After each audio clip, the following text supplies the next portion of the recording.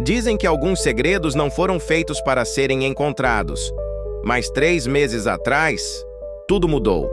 Um historiador amador encontrou uma caixa de madeira selada dentro das ruínas de um antigo mosteiro nas montanhas de Tessal. E dentro dela, havia algo que ninguém imaginava existir: um diário, escrito por uma das freiras desaparecidas há mais de 500 anos. O texto estava tão bem oculto que parecia ter sido escondido por alguém que sabia exatamente que aquilo nunca deveria ver a luz do dia. O que você vai ouvir agora é a reconstrução desse diário. E aviso, algumas partes são tão perturbadoras que até especialistas duvidam que uma mulher tenha conseguido escrevê-las, enquanto ainda estava viva. No alto da cordilheira, existia o convento de Santa Aurélia, isolado do mundo, perdido entre montanhas e neblina. A maioria dos mapas antigos nem sequer marcava sua localização. Era como se a própria história tivesse decidido esquecer aquele lugar. Por séculos, acreditou-se que as freiras apenas abandonaram o mosteiro durante uma invasão, mas nenhum registro dizia para onde foram.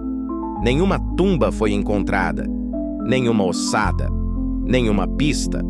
Até agora, o historiador que encontrou o diário se chamava Dorian. Ele buscava artefatos para montar um pequeno museu local. Enquanto explorava um subterrâneo desmoronado do convento, percebeu que uma das pedras do altar estava oca. Atrás dela havia uma pequena caixa envolta em tecido escuro.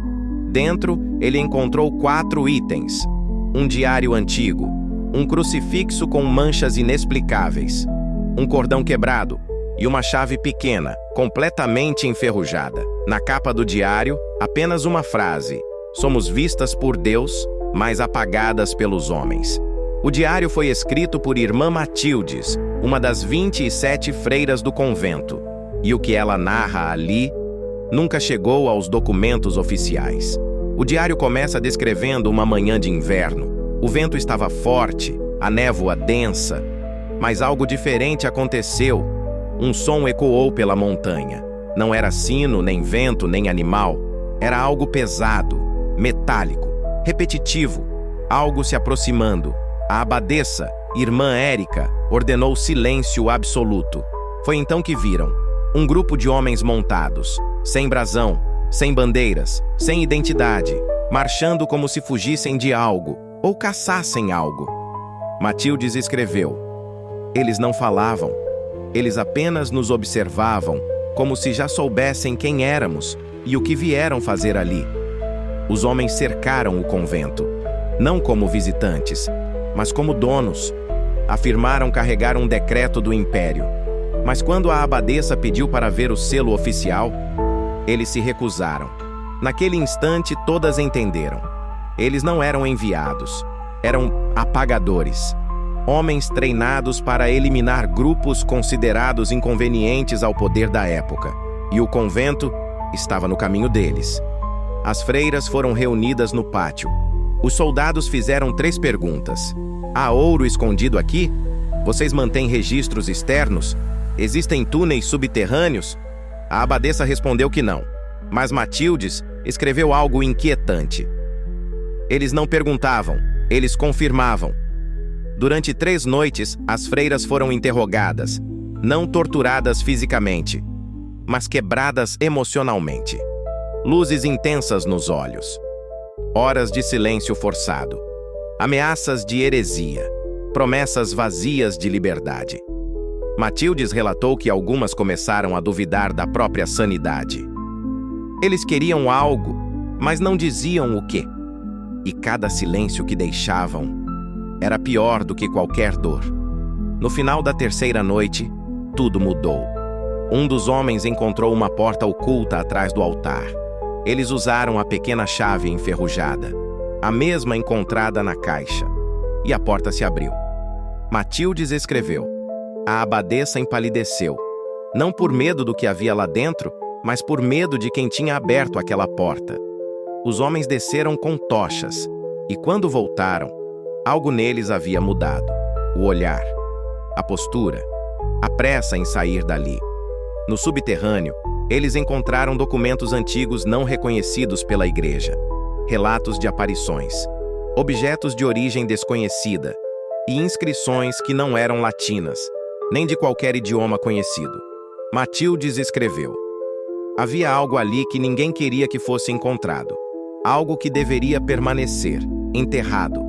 Os homens acreditavam que as freiras guardavam conhecimento proibido e decidiram purificar o local. Na manhã seguinte, o líder deles anunciou: vocês não morrerão. Vocês deixarão de existir. As freiras seriam levadas em silêncio, sem registros, para serem realocadas. Mas Matildes entendeu imediatamente. Realocar era o nome educado para apagar. Começou então a caminhada dos 7 dias. Pés descalços, comida racionada, noites ao relento, freiras idosas desmaiando pelo caminho. E 4 delas desapareceram durante a madrugada. No diário, Matildes escreveu: elas não fugiram, elas foram levadas. Mas por quem? Pelos soldados? Ou por algo que saiu do subterrâneo? O diário não responde. No 7º dia, chegaram ao porto. Um navio pequeno, sem bandeira, os aguardava. Nenhum marinheiro falava, nenhum símbolo, nenhuma explicação. Apenas uma ordem: embarquem. Matildes escreveu: quando pisamos no convés, sentimos que estávamos entrando em um túmulo flutuante. O destino final nunca foi informado. Na última página, as palavras estão tremidas, como se escritas às pressas. Matildes descreve que a abadesa foi a última a embarcar, mas antes disso, colocou algo no chão da doca, uma pequena caixa, a mesma encontrada 3 meses atrás. A última frase do diário é: não escrevo para ser lembrada, escrevo para que saibam que não desaparecemos, nós fomos apagadas. Depois disso, nada. Nenhum registro histórico menciona o navio. Nenhum documento fala sobre o subterrâneo. Nenhuma autoridade reconhece a existência das freiras desaparecidas. Mas agora, com o diário, a verdade veio à tona. E a pergunta que ninguém quer responder é: se elas foram apagadas, quantos mais foram também?